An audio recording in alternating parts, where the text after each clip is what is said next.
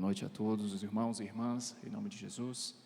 Estamos aqui mais uma vez presentes no nosso estudo quinzenal, sempre trazendo temas bíblicos e também de apologética, de história da igreja, assuntos atuais que são relevantes para a fé cristã. E esta noite, eu peço aos irmãos que abram comigo para nós lermos o texto base da reflexão, passearmos por alguns pontos da Escritura e compartilhar com os irmãos algumas anotações que fiz. E vou te contar, anotações cansativas, anotações difíceis. Eu acho que eu nunca trouxe tanto papel para um estudo. E eu vou explicar por quê. Vamos lá para 2 Timóteo 3, 16 e 17. 2 Timóteo, capítulo 3, versículos 16 e 17.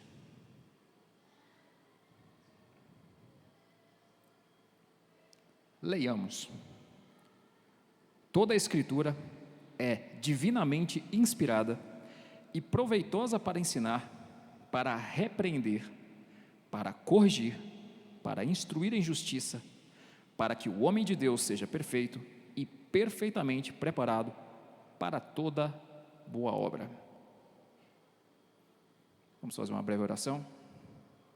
Graças nós te damos, Pai, por cada um que aqui está presente nessa noite, para compartilharmos um pouco mais de conhecimento a respeito da Tua Palavra, que nós possamos colocar a Tua mensagem em nossos corações e ter a mente clareada pelo Teu Espírito, para poder discernir todas as coisas.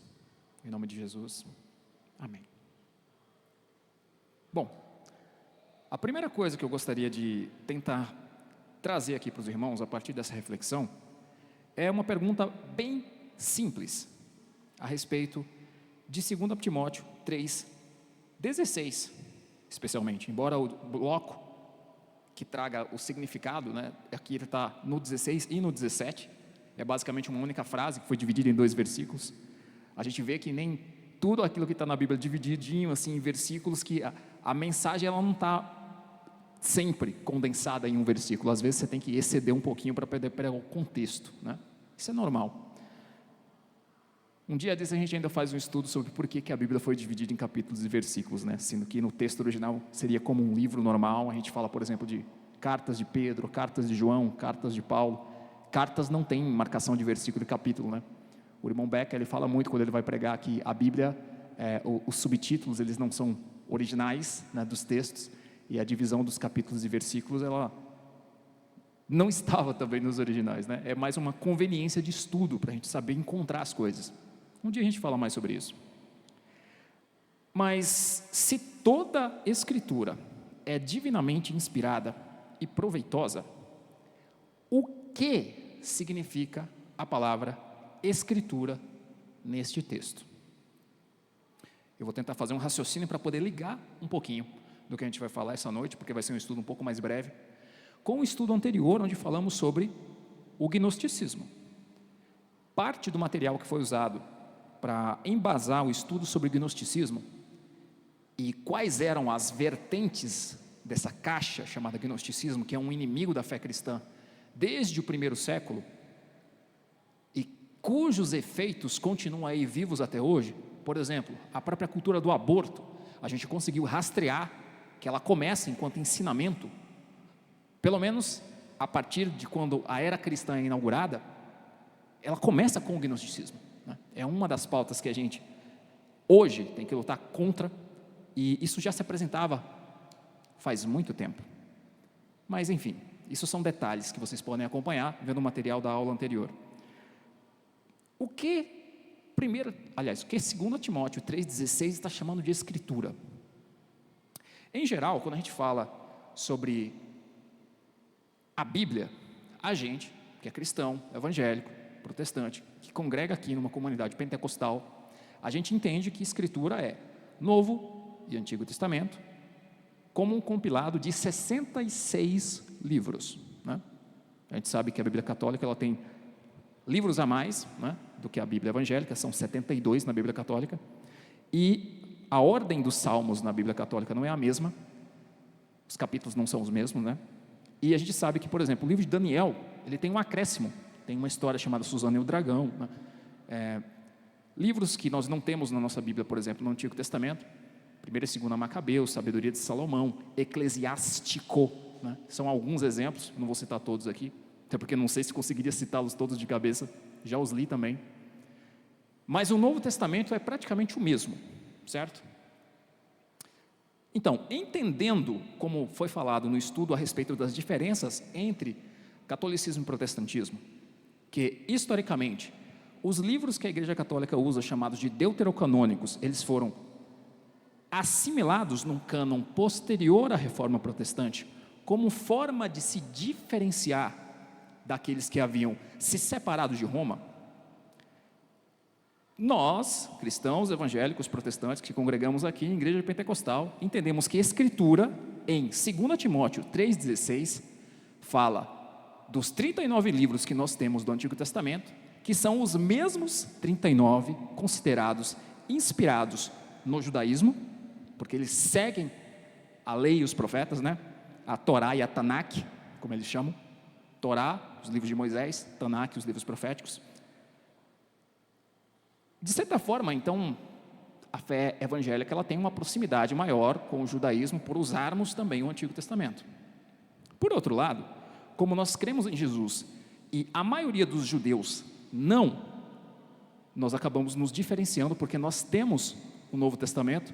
Isso gera alguns debates engraçados na internet. Eu vi alguns dias atrás, por exemplo, o Caio Fábio discutindo com um rabino, né? E o Caio Fábio tentando responder o rabino baseado no Novo Testamento. Eu acho que eles usam uma passagem de Lucas, alguma coisa assim, e o rabino falando, mas não tem Lucas na Torá, né, que é uma coisa meio básica. E talvez isso sirva para lembrar a gente que quando a gente vai discutir em termos de fé com uma pessoa que tem uma fé diferente da nossa, nós não usamos os nossos, moldes, a nossa régua para medi-los. A gente tem que trazê-los até o conhecimento do Evangelho usando a própria régua deles, explorando incoerências dentro da própria fé deles, e mostrando o que a fé deles direciona. Era assim, por exemplo, que os pais da igreja faziam. Eles, sendo discípulos dos apóstolos, ou dos discípulos dos apóstolos, ao começar uma teologia cristã baseada no relato daqueles que haviam convivido e visto Jesus, toda a estruturação teológica, ela tinha como objetivo trazer ao conhecimento, no caso dos judeus, de que Cristo realizava e cumpria aquilo que era prometido e profetizado no Antigo Testamento. Então, não usamos a nossa régua para medir pessoas de fé diferente. A gente usa a régua deles até trazê-los à verdade do Evangelho. E por outro lado, como o Evangelho passou a ser pregado para outras nações, era necessário fazer como Paulo fez, por exemplo, quando ele estava entre os gregos e viu o altar ao Deus desconhecido, usar aquele exemplo dentro da fé dos pagãos para dizer, olha, o Deus que vocês desconhecem é esse que eu venho apresentar. Então, em parte, a gente peca um pouco no evangelismo por não conseguir entender que não adianta você bater numa tecla de uma coisa que o seu interlocutor não acredita.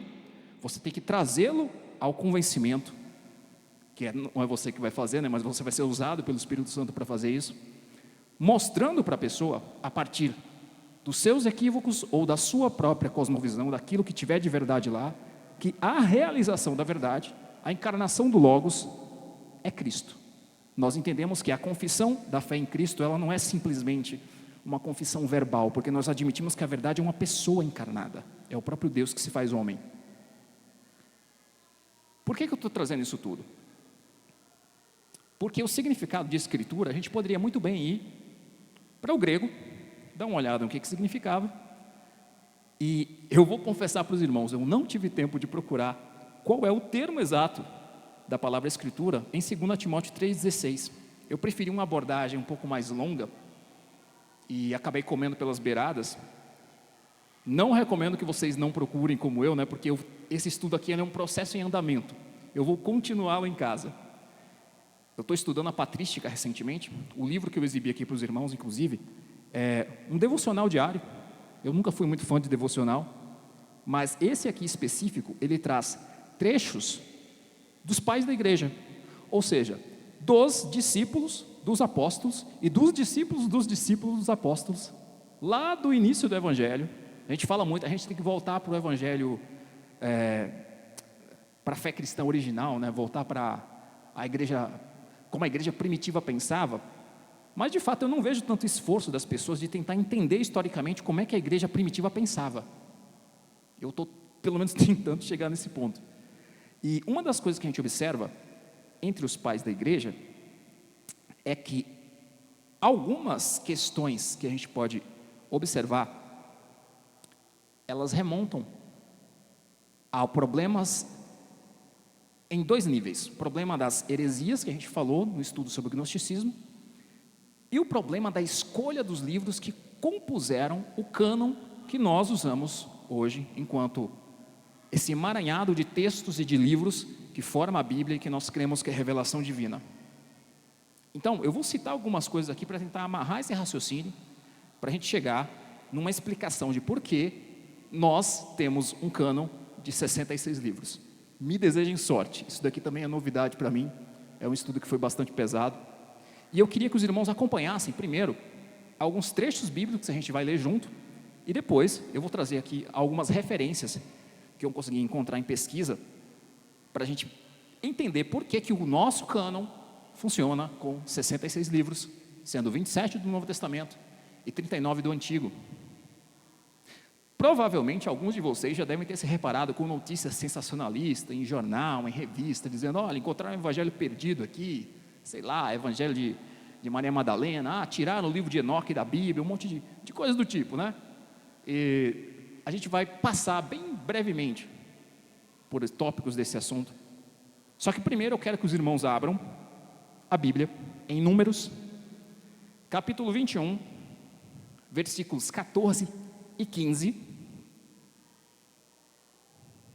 Vamos distribuir a leitura, né? Eu acho que a gente ganha tempo assim.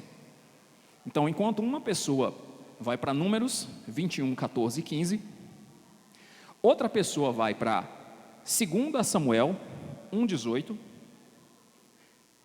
e outra pessoa vai para 1 Reis 11, 41. E assim a gente vai passear por algumas breves referências.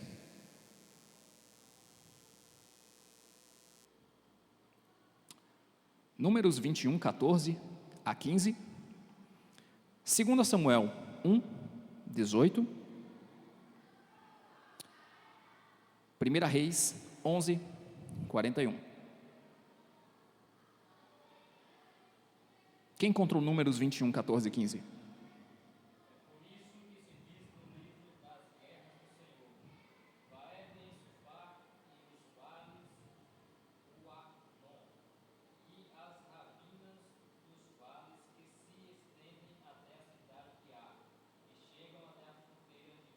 Espera aí. Qual que é o nome do livro que ele está citando aí, Kleber? Livro das Guerras do Senhor. Dependendo da tradução bíblica, pode estar Livro das Guerras de Javé, mas é a mesma. Se você pegar até a Bíblia dos Testemunhos de Jeová, que é muito criticada porque eles substituem o nome de Senhor várias vezes por Jeová, sabendo que não é a melhor tradução, mas vai estar lá, é o Livro das Guerras de... aí vem o nome de Deus. Vamos lá, quem encontrou 2 Samuel 1, 18?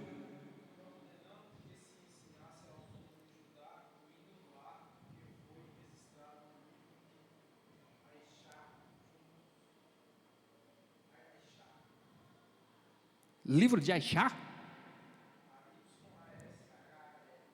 Livro de Aixá, beleza.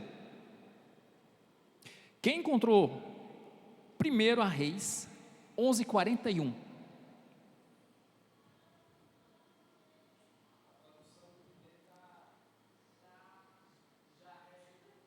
Já é?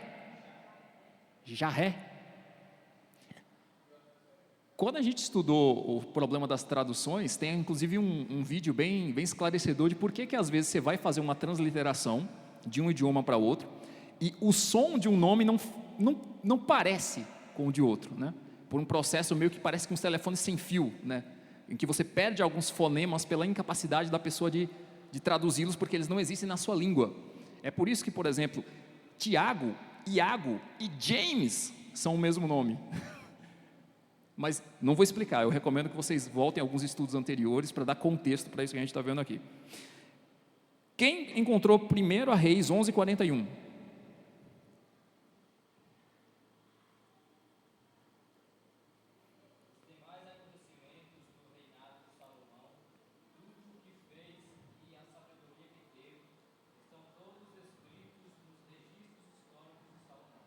Registros históricos de Salomão? É isso mesmo? Tem uma outra tradução que vem trazendo como livro dos Atos de Salomão. Olha só, a gente passou por 3 livros bíblicos até agora, e a gente encontrou 3 referências a livros que têm conteúdo relacionado ao conteúdo bíblico, mas que estão perdidos, que nós não sabemos o que aconteceu com eles. Calma aí, a gente vai amarrar esse raciocínio todinho depois no final, tá? Eu espero. Eu queria que alguém agora abrisse em 1 Crônicas 29. 1 Crônicas 29. Eu vou estar dividindo sempre de 3 em 3 citações, viu, irmãos?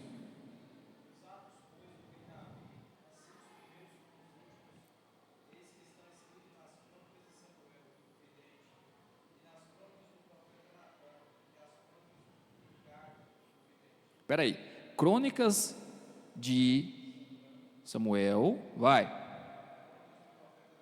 Crônicas de Natã, Crônicas de Gade. Olha, a Crônicas de Samuel tem a grande probabilidade, porque eu não fui tanto a fundo ainda, esse assunto é uma novidade para mim, de ser o próprio livro de Samuel, de 1 Samuel, certo? Mas as Crônicas de Natã e as Crônicas de Gade, cadê? Eram profetas, certo? Profetizaram em nome do Senhor, certo? Cadê isso no Antigo Testamento? Cadê isso no nosso cânon?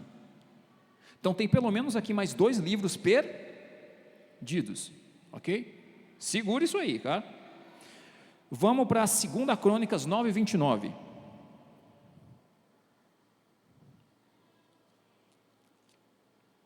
Segunda Crônicas 9:29. Enquanto isso, outra pessoa procura para mim 2 Crônicas 12:15, tá?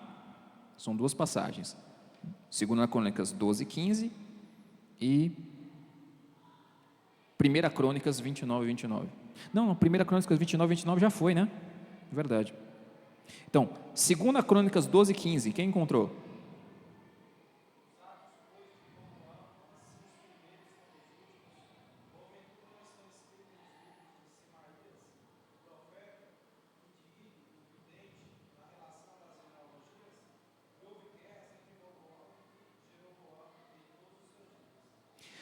Livro do profeta Semaías e livro do profeta Ido. Mais 2 livros aqui que não estão no Antigo Testamento. Então, mais 2 livros perdidos. Calma aí que tem mais. Vamos para 2 Crônicas 20:34.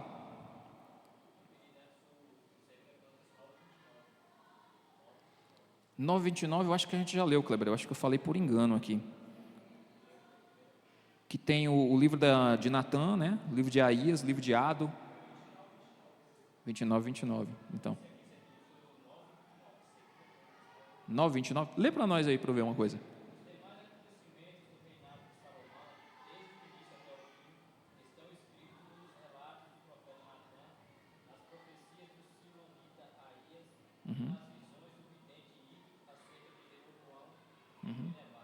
Ou seja, ele está repetindo aquela outra passagem, né?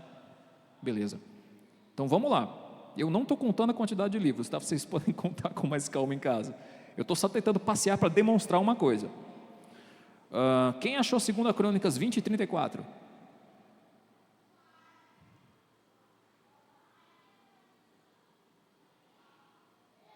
Segunda Crônicas 20:34.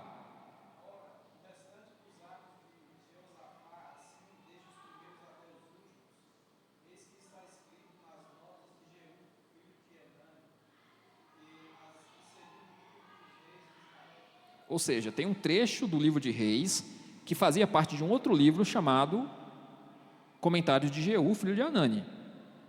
Aguenta aí, tem mais coisa. Vamos lá para 2 Crônicas 33:19. 2 Crônicas 33:19.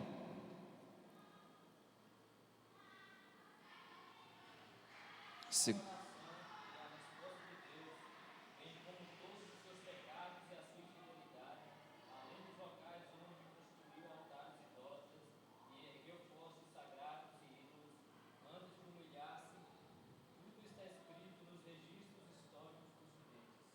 Registros históricos dos videntes. Cadê esse livro na Bíblia? Não tem, né? E está dizendo aí que está falando justamente do rei ímpio Manassés, que se converte só no final do seu reinado, não é mesmo? Quem conhece a história de Manassés, por exemplo, sabe que foi um rei terrível durante a maior parte do reinado, e depois ele se converte tardiamente a Deus. Vamos para Esther. Esther, capítulo 10, versículos 1 e 2.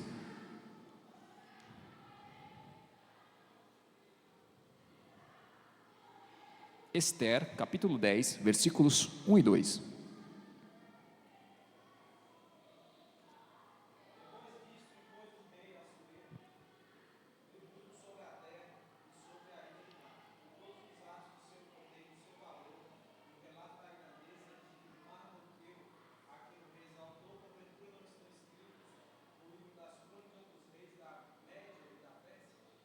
Ok. Vocês estão lembrados que depois do cativeiro babilônico, os medo-persas, eles destruíram, aliás, eles destituíram, né, o neto de Nabucodonosor, eles se apropriaram dos ministros de Nabucodonosor, entre eles Daniel, né, e daí em diante, depois de um tempo, acontece a história de Esther, né, quando tentaram lá destruir o povo judeu, e Esther foi levantada como rainha justamente para proteger o povo de Deus. Inclusive, no próprio livro de Esther tem uma passagem que o rei Assuero, ele está lendo esse livro, e lá ele descobre que Mardoqueu, ele descobriu uma conspiração para tentar matar o rei, e ele denunciou essa conspiração antes que ela acontecesse. Bem parecido com o que aconteceu aqui na Inconfidência Mineira do Brasil, né? Uma pessoa chegou lá e falou, ó, Tiradentes, uns caras estão reunindo aí para separar da coroa de Portugal, aí pegam Tiradentes e acabam com ele. Bem parecido, né? Mardoqueu, ele denunciou essa conspiração, e o rei ficou assim, o que fizeram por esse cara aqui que salvou minha vida? O pessoal fala, nada. Aí ele vai até Amã, que quer matar os judeus, e pergunta, o que eu devo fazer lá com alguém que eu queira exaltar? Amã pensa que é ele, e fala, não, você vai passear aí na cidade com ele vestido de rei, com tua coroa na cabeça, montado no cavalo lá, né? E você dizendo, assim se fará a quem o rei quiser honrar, né? Pensando que estava falando dele, e beleza, pode fazer tudo que está dizendo aí com Mardoqueu, que é o cara que tu odeia, né? É uma parte bem engraçada da Bíblia, inclusive. Esse livro aqui, ele inclusive, ele não tem tanta relação com os ensinos bíblicos. Ele é um livro citado na Bíblia, mas é um livro dos medos e dos persas, um registro histórico deles que se fundiu com a história dos judeus, justamente porque os medo-persas tiveram uma rainha judia, certo? Estão acompanhando o raciocínio? Beleza. Então, até aqui a gente tinha algumas citações de livros históricos e proféticos que o Antigo Testamento faz referência, que se perderam com o tempo, que tinham escrito de profetas e se perderam. Outros que tinham conhecimento histórico e se perderam. Agora a gente acha na Bíblia uma citação de um livro que não necessariamente tem nada a ver com doutrina, mas que é citado na Bíblia e que se perdeu também. Aguenta aí. Agora a gente pula para Novo Testamento, ok? Lá para o livro de Judas, e a gente vai ler 3 versículos, porque o livro de Judas ele é pequenininho, está coladinho aí com o Apocalipse, né? Esse Judas que não é o Iscariotes, é bom esclarecer. A epístola de Judas, né? Não chega a ser um livro, é uma carta bem curtinha. A gente vai ler os versículos 9, os versículos 14 e o versículo 15, né? São 3 versículos, 9, 14 e 15. Quem encontrar pode fazer a leitura.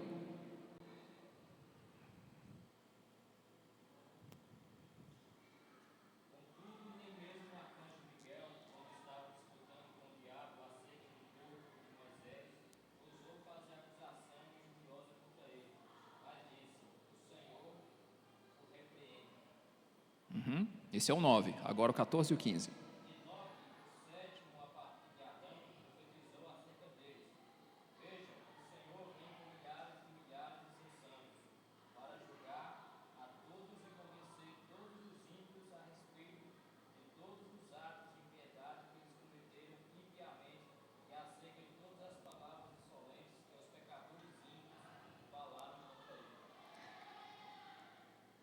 a epístola de Judas, ela é uma epístola bastante curiosa, porque num livrinho curto, uma cartinha, que a gente reconhece como canônica, como inspirada, como válida para ensinar, corrigir e aperfeiçoar a igreja, ele está citando aqui, sabe o quê?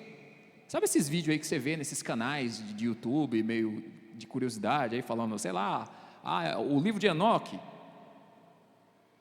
Judas, capítulo 1, versículos 9, 14 e 15, está citando esse livro, que na verdade não é um, são 7, né? É um compilado, são 7 livros chamados de os livros da profecia de Enoque. Esse Enoque, que supostamente seria o Enoque que Deus arrebatou, levou para si, né? Que era o pai de Matusalém, lá do Gênesis, e que a gente tem, por exemplo, no cânone dos etíopes, que ainda faz parte da Bíblia, essa galera que está lá para a África, o cânone dos coptas, se eu não me engano também, que é lá para Oriente Médio, próximo da Ásia. E como os irmãos devem lembrar daquele estudo onde a gente falou sobre a história do cristianismo, o protestantismo ele não foi nem de longe a primeira cisma, a primeira divisão da igreja. Então existia o cristianismo de Jesus e dos apóstolos. A gente entendeu no último estudo que não se pode ter uma revelação para a salvação que seja fora de Jesus e do ensino dos apóstolos, porque essa revelação de Cristo enquanto Logos encarnado e da estruturação teológica que veio com os apóstolos, ela encerra no primeiro século, e ela encerra com a morte dos discípulos de Jesus, dos apóstolos, né? E o que vem depois não é mais nova revelação. Eu sempre gosto de bater na tecla de que nós não cremos em sucessão apostólica. A Igreja Católica Romana acredita em sucessão apostólica, a partir de Pedro. A Igreja Ortodoxa do Oriente, ela também acredita em sucessão apostólica, embora seus sacerdotes possam se casar e constituir família, e eles têm uma teologia ligeiramente diferente da teologia romana. Nós temos os neopentecostais, essas igrejas que vieram no boom do neopentecostalismo brasileiro, depois dos anos 90, né, que vai incluir essas grandes igrejas de TV, que aqui a gente não precisa citar nomes, todo mundo conhece. Elas creem em sucessão apostólica, dizendo que, olha, por escolha de Deus, não necessariamente por uma sucessão direta, mas por uma sucessão indireta, né, que seus representantes são apóstolos escolhidos por Deus a dedo, para trazer profecias, revelações, curas, etc. Nós não acreditamos nisso. Nós acreditamos, sim, que há profecias para pessoas, individualmente, que isso a gente também precisa se atentar, né, porque a profecia ela precisa, primeiro, se cumprir, e segundo, trazer edificação, porque ela pode se cumprir e fazer você se desviar, e aí não é profecia vida de Deus, segundo o critério da própria Escritura, que a gente já abordou em outro estudo. E a gente não acredita que a partir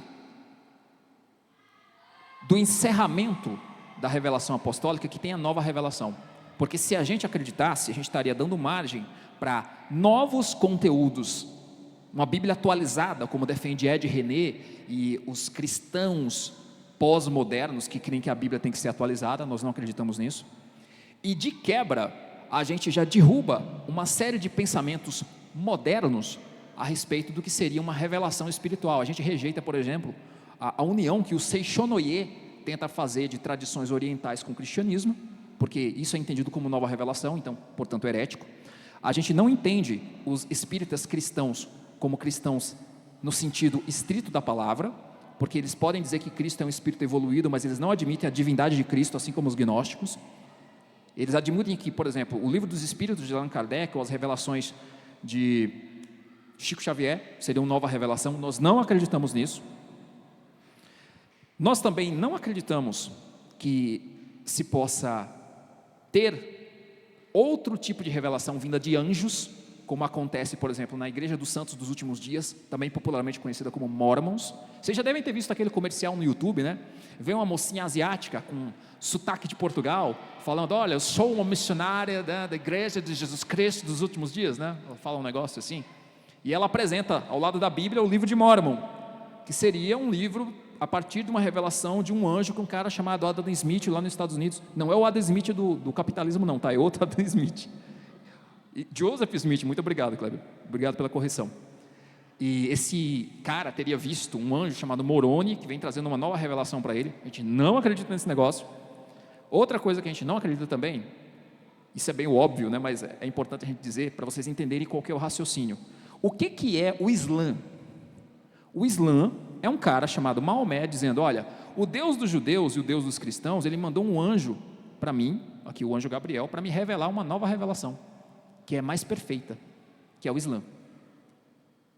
Vocês lembram daquilo que Paulo diz a respeito de nova revelação? Se um anjo do céu vier até você, trazendo um evangelho, que não foi esse evangelho pregado pelos apóstolos de Cristo, a partir daquilo que eles testemunharam materialmente de Jesus Cristo, realizando aqui na terra, inclusive sua ressurreição corpórea, seja anátema. O que é anátema? Maldito, ou seja, é mentiroso. Qualquer nova revelação é mentirosa. O Alex, ele colocou isso aqui matematicamente, né?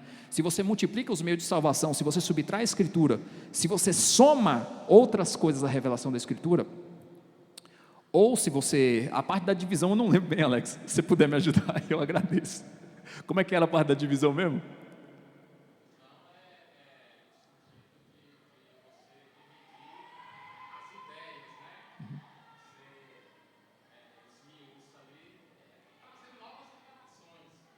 Então, você pega só a parte do evangelho que te interessa e deixa o resto para lá. Entendi, maravilha. Então nós temos aqui as 4 operações para identificar uma seita e uma heresia, né? Eu ainda coloquei alguns pontos a mais no estudo anterior, justamente por causa desses detalhes. Revelação nova é um problema. Mas normalmente quando o pessoal fala a respeito de cânon, nós não estamos nos referindo, ao contrário do que a mídia sensacionalista tenta dizer, que olha, tiraram aqui um livro arbitrariamente da Bíblia, é uma novidade. A mídia sempre apresenta essas coisas como novidade, né? E não é. O que poderia estar em jogo do que 2 Timóteo 3,16 está chamando de escritura, é sempre uma coisa do passado. Por quê? Por definição, um cristão, seja da era patrística, sejamos nós que somos herdeiros do protestantismo, a gente não aceita revelação nova, justamente para não dar margem para que a fé da gente seja alterada. Olha que coisa engraçada, eu estava assistindo um vídeo, depois eu coloco na descrição do estudo para vocês olharem também, de uma análise literária das visões de anjos no Antigo Testamento. E a entrevistada em demonologia, ela não é da fé, ela não é cristã, sabe? É uma pessoa assim que achou o assunto interessante, foi estudar como quem estuda literatura, certo? E ela vinha dizendo o seguinte: essas questões relacionadas à revelação, né? Olha, por exemplo, a igreja romana, ela segue muito mais o Novo Testamento do que o Antigo, porque o Antigo proíbe imagem, ele é muito direto em falar desse tipo de coisa, né? E aí a gente tem um problema de continuidade. Por exemplo, se existe uma proibição que é mandamento no Antigo Testamento e ela não é revogada no Novo, ela ainda está valendo, certo? Então, se a gente tem ramos no catolicismo romano que tem o uso de imagens para culto, veneração, ensino, qualquer motivo, já está invalidado. Por que eu estou dizendo ramos? Porque existe uma tendência de pensar o catolicismo romano como uma unidade, e ele não é uma unidade. Quem bem assiste filme internacional, sei lá, dorama, anime japonês, coisas produzidas assim no leste europeu, quem tem costume de pegar essas searas diferentes de cristianismo, sabe que muitas vezes o catolicismo, quando ele era pregado, ele adquiria contornos específicos daquele lugar onde ele estava. Se você entra numa igreja católica romana nos Estados Unidos, ela parece uma igreja batista, por mais que eles tenham a arquitetura externa, clássica, né, gótica, mas interna, você não vê o mesmo uso de imagens que a gente vê, por exemplo, no Brasil. Eu já vi apologetas cristãos de outros países dizendo: olha, o que acontece na América Latina é sui generis, é uma coisa específica de lá, em que o ensino da vida dos santos se transformou em uma outra coisa, a adoração de imagens, etc. Isso é importante da gente ser dito, porque quando você pega, por exemplo, estatísticas de cristãos sendo perseguidos na África, no Oriente Médio, na Ásia, você realmente acha que você está falando só de protestantes? Eu já citei isso aqui em um outro estudo. Quando o muçulmano ele chega para matar cristão, ele não faz diferença se tu é testemunha de Jeová, se tu é adventista, se tu é da Igreja Brasil para Cristo, se tu é católico, tu é infiel, tu tem que morrer, certo? Tu é cristão. Então, aqui, o que eu estou tentando levantar? O C.S. Lewis, quando ele escreve um livro chamado Cristianismo Puro e Simples, ele olha para todas essas fragmentações do cristianismo e ele fala, velho, eu não vou falar disso tudo não, cara, eu vou pegar só aquilo que é comum a todos nós. E aí, se esse ensino comum em algum momento precisar corrigir a rota de uma ou outra igreja, Deus é que toma conta, porque o povo é dele, quem guarda o mandamento guarda para ele, quem não guarda também está fazendo para ele, Deus é que vai julgar e não tenho nada a ver com isso. Não tenho nada a ver com isso daí, né? Eu gosto bastante do C.S. Lewis, ele é engraçado, sabe? É engraçado ler os livros dele, e ele é muito bom em lógica. Então, a gente observa que talvez em alguns momentos possa haver correções dentro de fés que não são inteiramente corretas. A gente pega a história do Adventismo, que até meados do século XX não acreditavam no Espírito Santo, foi rever lá as Escrituras e não, a gente errou aqui, cara, tem Espírito Santo sim, Espírito Santo é uma pessoa. Quem garante que isso não pode acontecer mais para frente com outros ramos do cristianismo, né? Eu não sei. O ponto que eu estou tentando levar aqui é que as tradições cristãs que têm cânones diferentes, elas sempre vão estar olhando para uma questão do passado. Existem livros que a Bíblia referencia, livros históricos, livros de outras nações e mesmo livros que continham profecias dadas por Deus que se perderam. Então a gente pode ter duas interpretações paralelas, uma me parece mais lógica e a outra menos, mas isso vai da fé de cada um, que é a seguinte: primeira interpretação, nós perdemos parte da revelação de Deus que era importante e nossas escrituras estão incompletas. Que normalmente seria um posicionamento que você veria talvez pelos cristãos pós-modernos, a galera do Ed René e etc. E uma segunda interpretação que eu considero mais coerente, e para isso eu vou trazer aqui algumas referências para vocês, que é de que tem até uma frase que o Rodrigo Silva ele usa muito para descrever mais ou menos o que eu vou tentar trazer aqui para os irmãos, com fundamentação histórica.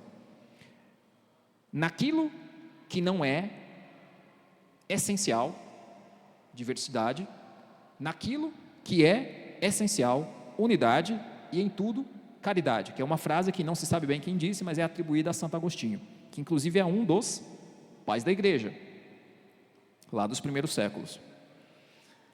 Porque eu acredito que Cristo pode salvar onde há a mensagem do Cristo encarnado, que morre na cruz para nos salvar e ressuscita ao terceiro dia. No entanto, a fundamentação teológica, ela depende muito de um esforço de interpretação de textos, de quais textos são utilizados para compor essa sistematização, e a sistematização teológica, ela não é a revelação em si, ela é uma interpretação, ou como eu dizia Slavoj Žižek, que é um filósofo lá do leste europeu que eu gosto bastante, uma ideologia, um óculos que você põe para interpretar aquele texto de acordo com alguns pressupostos que você sistematiza para te ajudar a interpretar. A interpretação não é o texto, a interpretação da revelação não é a revelação. E é por isso que no último estudo eu fiz a pergunta: até que ponto uma divergência teológica ela é apenas uma divergência e quando é que ela se torna uma heresia? Se a gente usar isso como critério, ela se torna uma heresia no momento em que você começa a divergir em coisas essenciais e não mais em assuntos periféricos. Naquilo que é essencial, unidade. Naquilo que não é essencial, diversidade, mas em tudo, caridade. Até porque a confissão verbal de que você acredita em A ou B não salva se não vier acompanhada de uma mudança de vida. Assim cremos. Jesus falava de um novo nascimento, que é o nascimento da água e do Espírito, né? Do batismo e da mudança interior, vamos dizer assim. Então não é simplesmente uma confissão de que eu acredito em tal teoria da verdade, eu tenho tal ideologia, eu tenho tal sistema teológico para interpretar isso ou aquilo.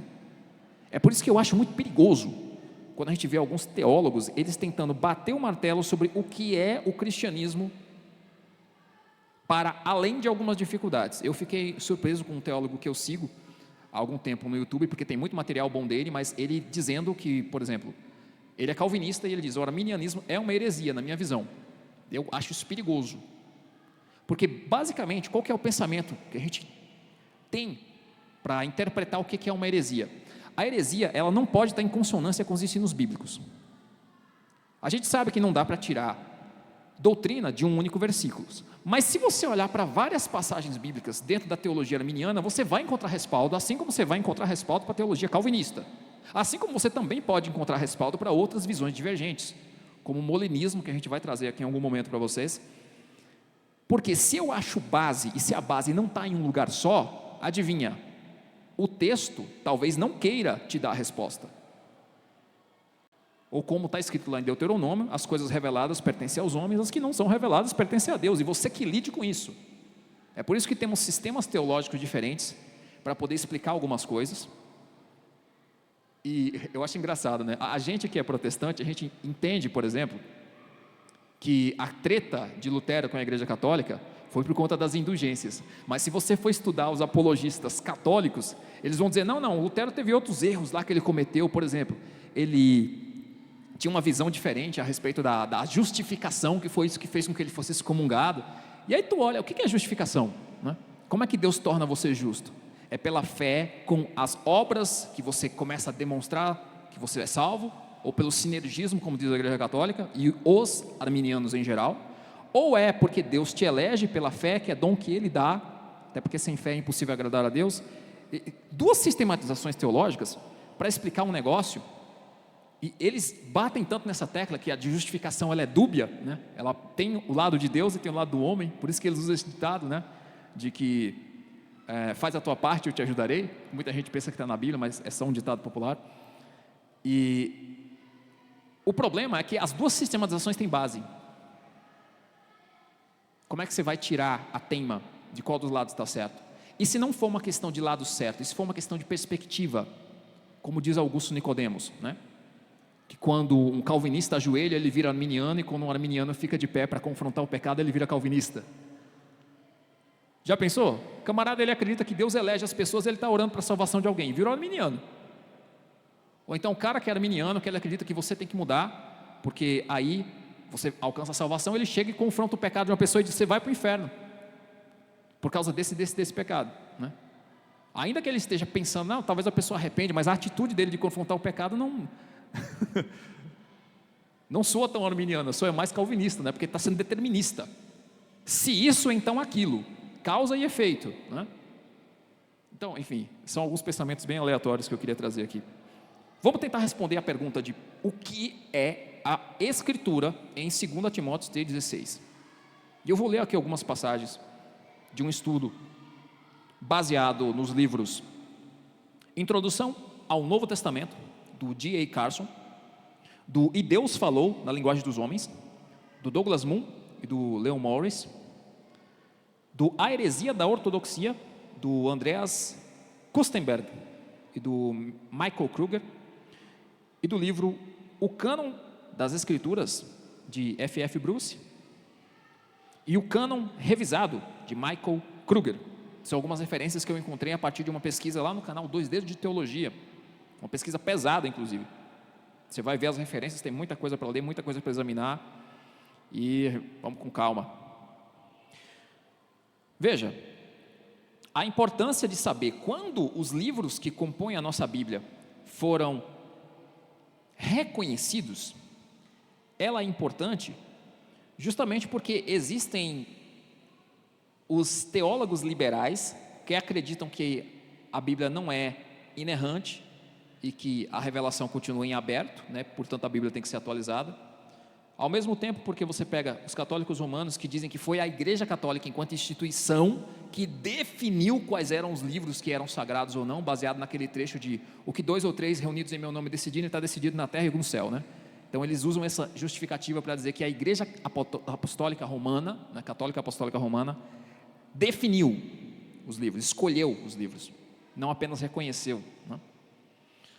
Só que assim, quando você vai atrás dos pais da igreja, o que você nota é uma aparente dispersão dos livros que nós temos no Antigo Testamento.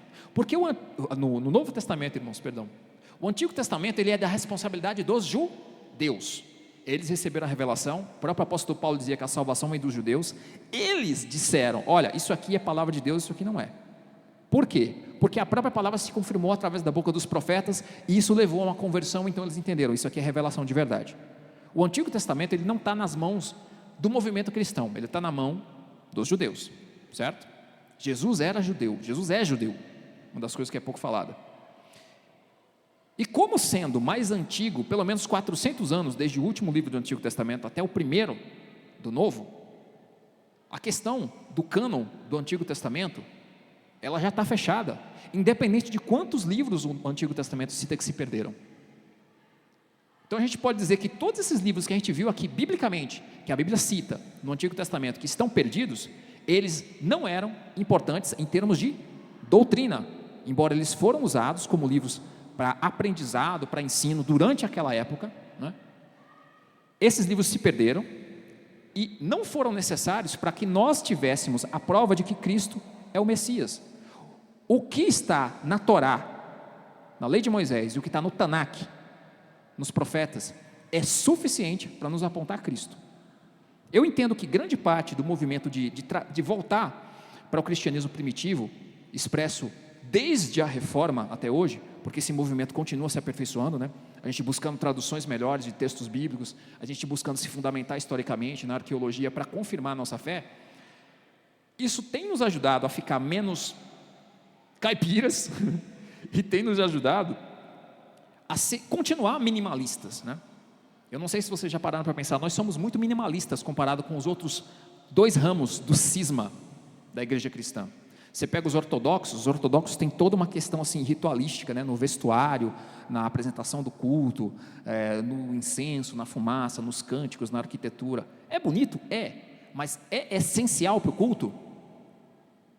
Se a gente for levar o que Jesus disse para a samaritana, não, porque se é para a gente adorar em espírito e em verdade, não interessa se é no templo, se é no monte, se é aqui, se é acolá, se é em pé, se é deitado. O que interessa é a conversão verdadeira, se render a Deus e a sua vontade e seguir até o fim, né?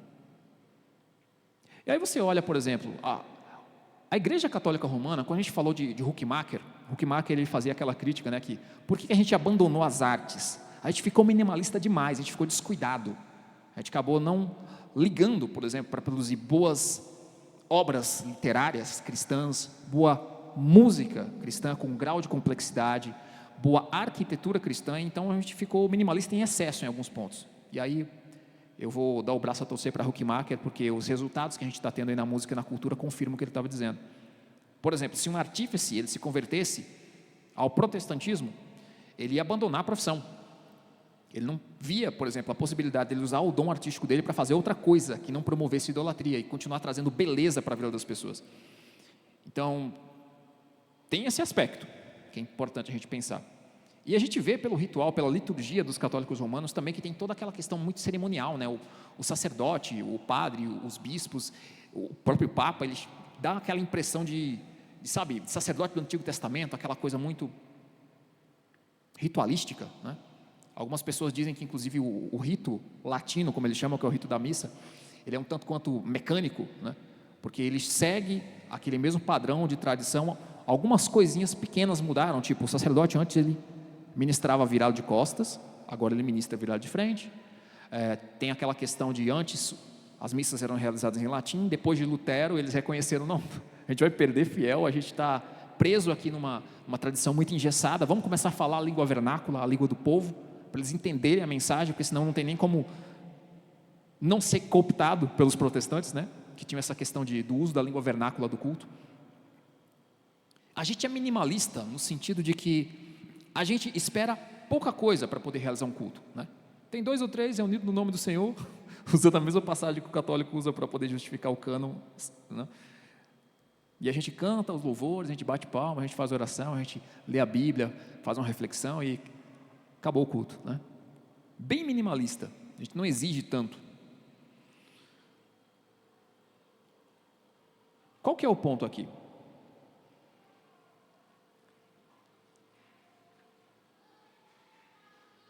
De onde vem a nossa certeza de que a nossa forma de culto, que os livros que baseiam a nossa forma de culto, eles são de fato correspondentes ao cristianismo primitivo?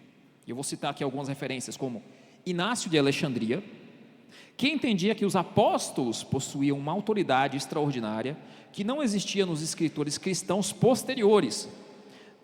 Nenhum polemista, nenhum apologeta, nenhum pastor, nenhum teólogo depois dos apóstolos tinha autoridade que os apóstolos tinham. Isso é século II, tá? A gente tem um documento chamado Fragmento Moratoriano, também conhecido como Pastor de Hermas, né, que foi escrito por um cara chamado Hermas, que era um livro que era circular nas igrejas cristãs dos 2 primeiros séculos.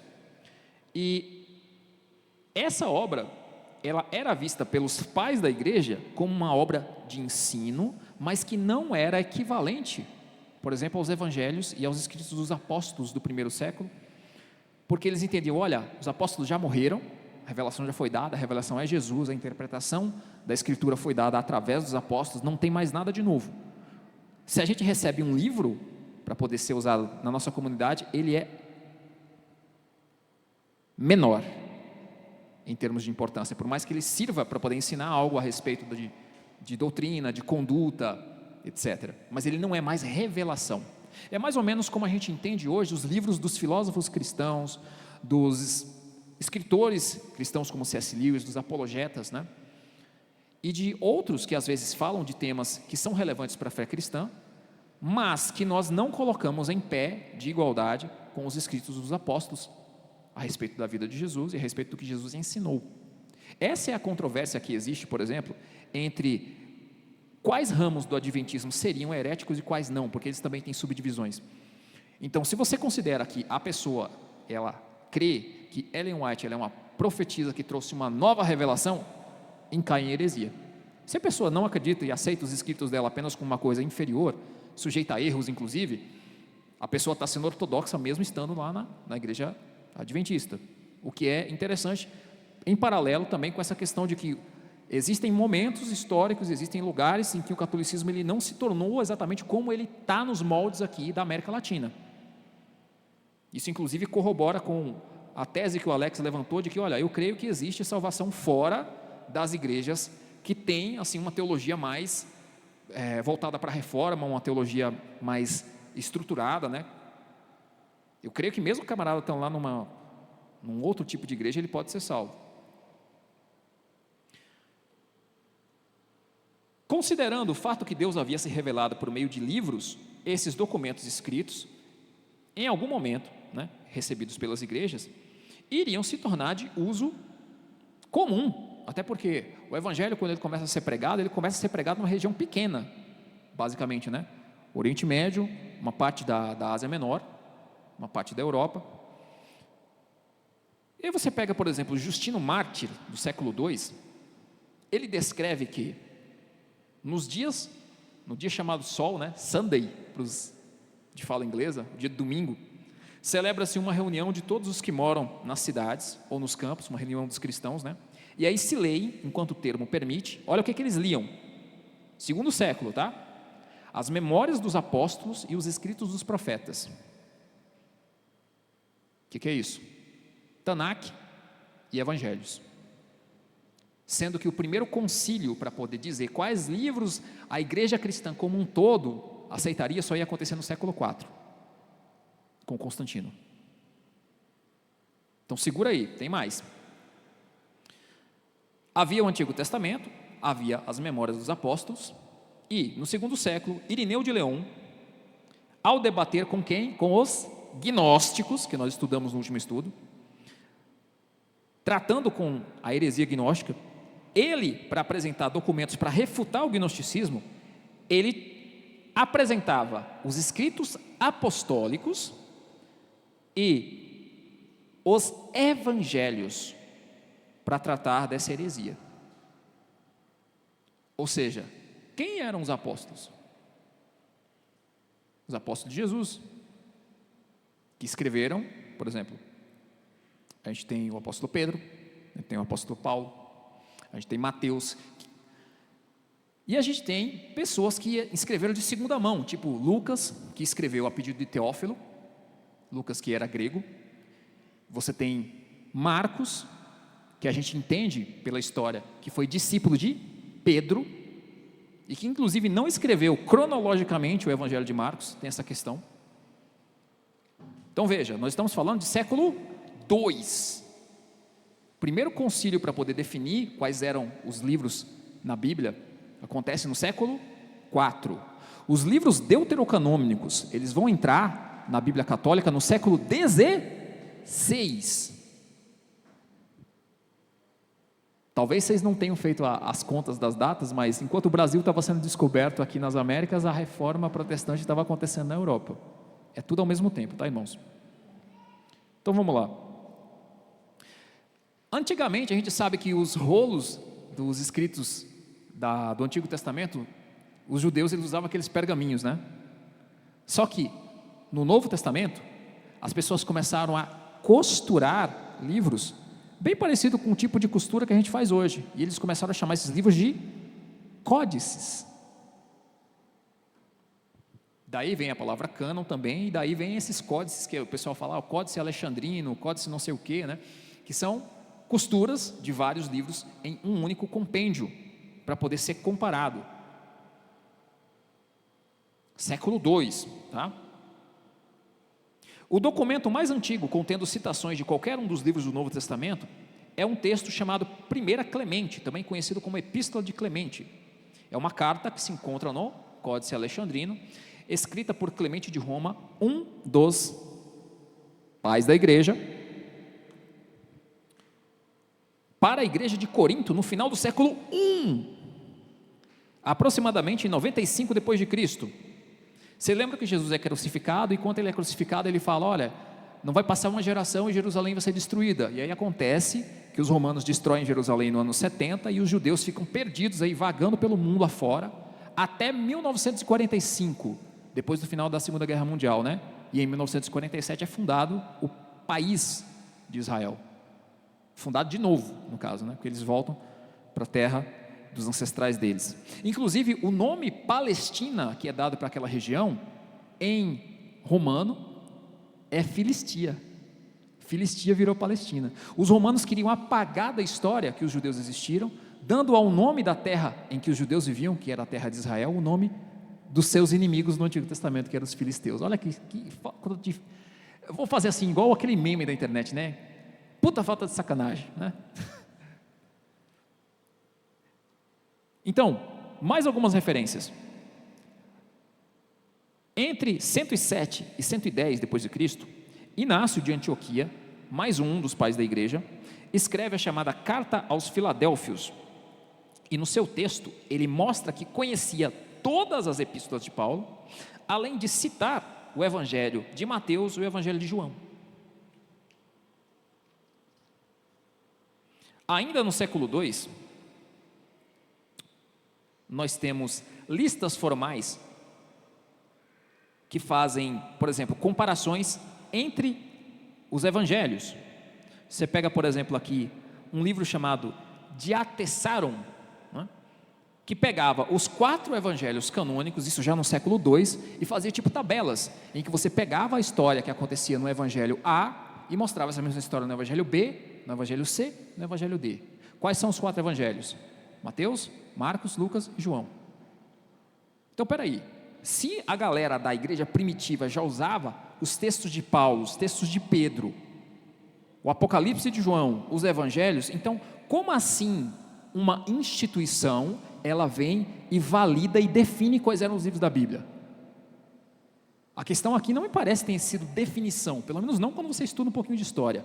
A questão parece ser mais de reconhecimento, porque como eu disse, existem comunidades que inclusive até hoje, elas usam livros que não fazem parte do nosso cânon, seja a igreja católica com os livros deuterocanônicos, seja a igreja etíope, por exemplo, com o livro de Enoque, pelo fato do livro de Enoque ser citado na epístola de Judas, embora eles tenham alguns ensinamentos um tanto quanto estranhos, porque parece que esse Enoque ele é visto como uma figura messiânica em um dos livros. Eu não cheguei a ler os 7 livros de Enoque, mas eu li o primeiro, o livro dos gigantes.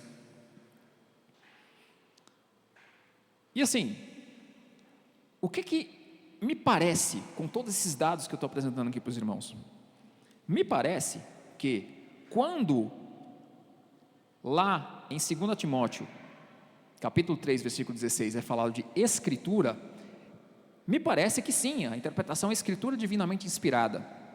Mas o reconhecimento da escritura divinamente inspirada, ela passa por esses dois critérios.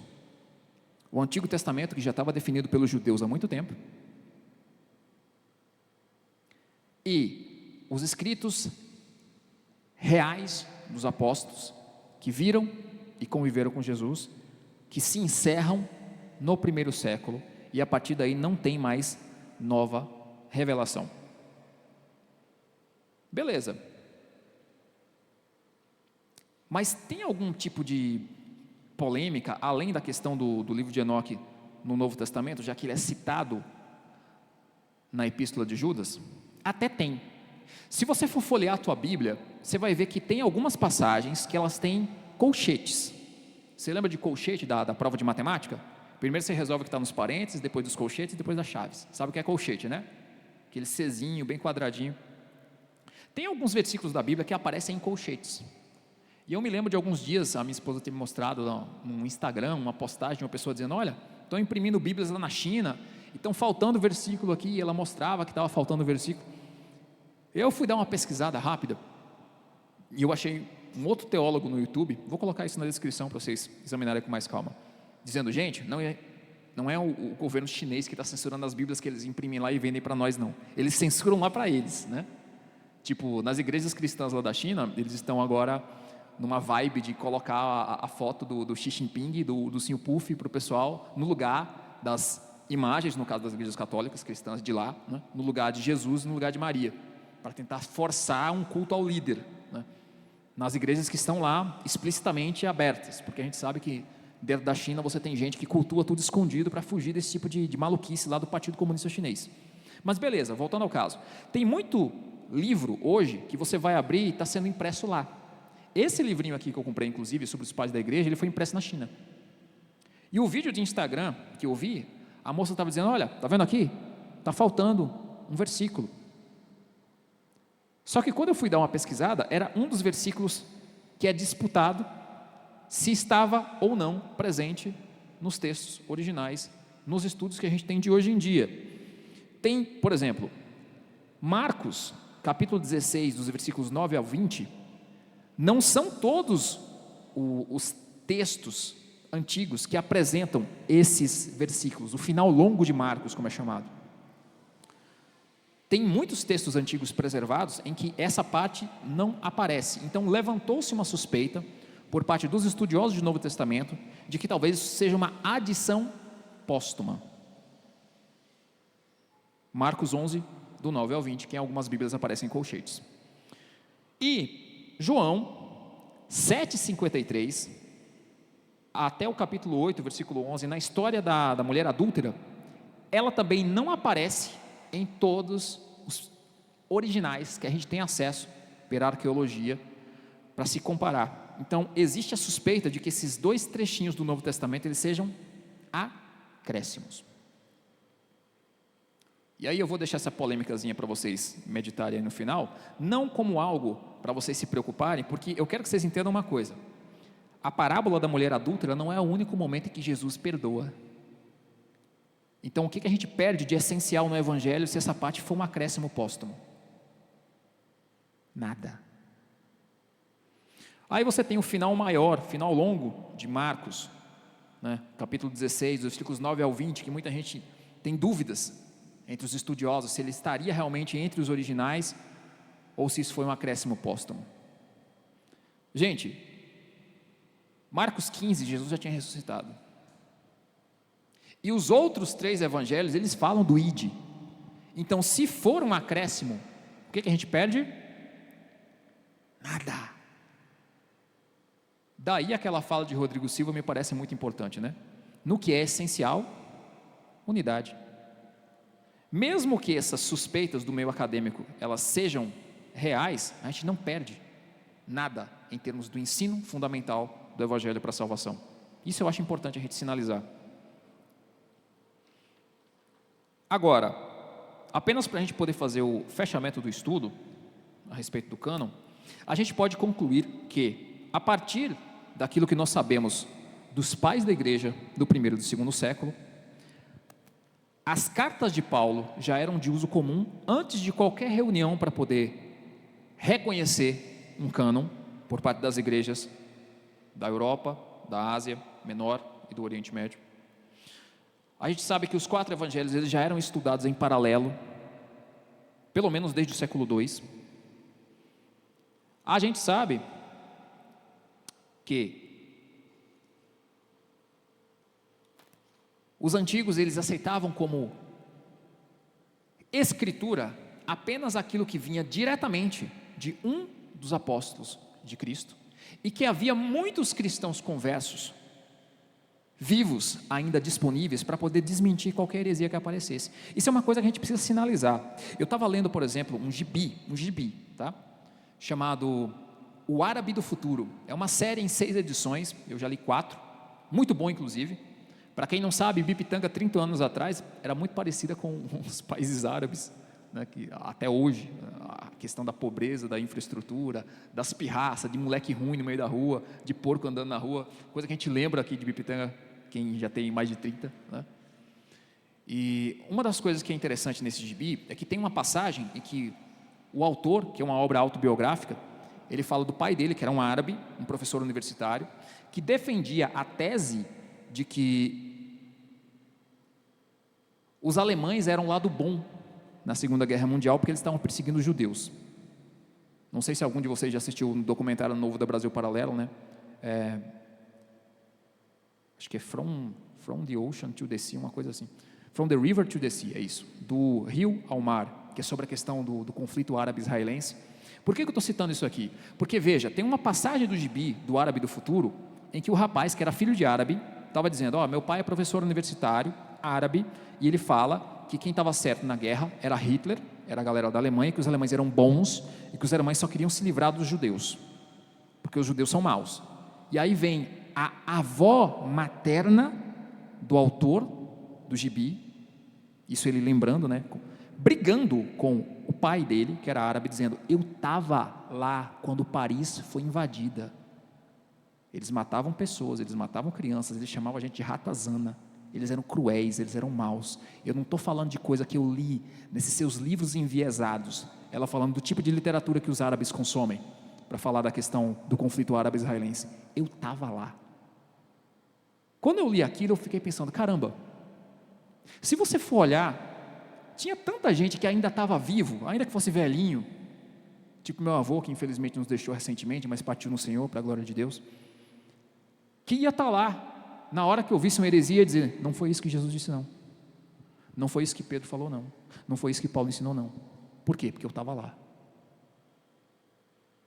Às vezes a gente é muito menino em pensar que porque uma coisa é transmitida oralmente, ou por tradição, que essas coisas não têm valor, e de fato, uma parte da preservação que permitiu que um cânon único, ou mais ou menos único, fosse reconhecido na história da cristandade, não só uma, como várias vezes, porque teve vários concílios a respeito de cânon, como eu citei para os irmãos, teve do IV século, e a Igreja Católica na questão da contra-reforma, acabou colocando mais outro lá no século XVI, enfim, essas questões de canonicidade. O próprio Martinho Lutero também, ele tinha lá seus erros, por exemplo, ele não tinha certeza se Apocalipse e Esther eram ou não livros inspirados.